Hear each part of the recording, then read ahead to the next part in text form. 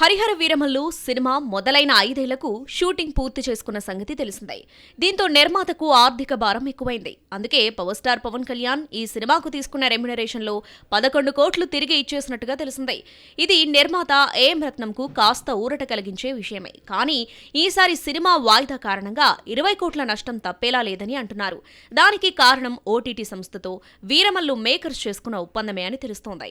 ఇప్పటికే పలుమార్లు వాయిదా పడుతూ వచ్చిన ఈ సినిమాను ఫైనల్గా జూన్ 12న రిలీజ్ చేయడానికి ప్లాన్ చేశారు. కానీ విఎఫ్ఎక్స్ వర్క్ ఇంకా పెండింగ్ ఉందట.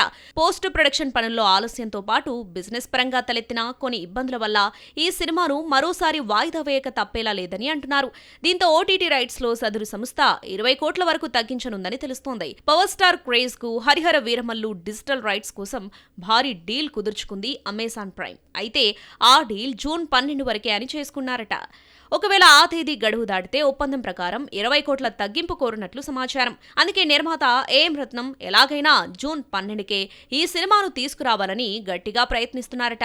కానీ విఎఫ్ఎక్స్ అవుట్పుట్ అనుకున్న సమయానికి వచ్చేలా లేదని తెలుస్తోంది. కాబట్టి ఎలా చూసుకున్నా వీరమల్లు నిర్మాతలకు నష్టం తప్పదని అంటున్నారు. మరి ఈ సినిమా రిలీజ్కు ఎప్పుడు మోక్షం కలుగుతుందో చూడాలి.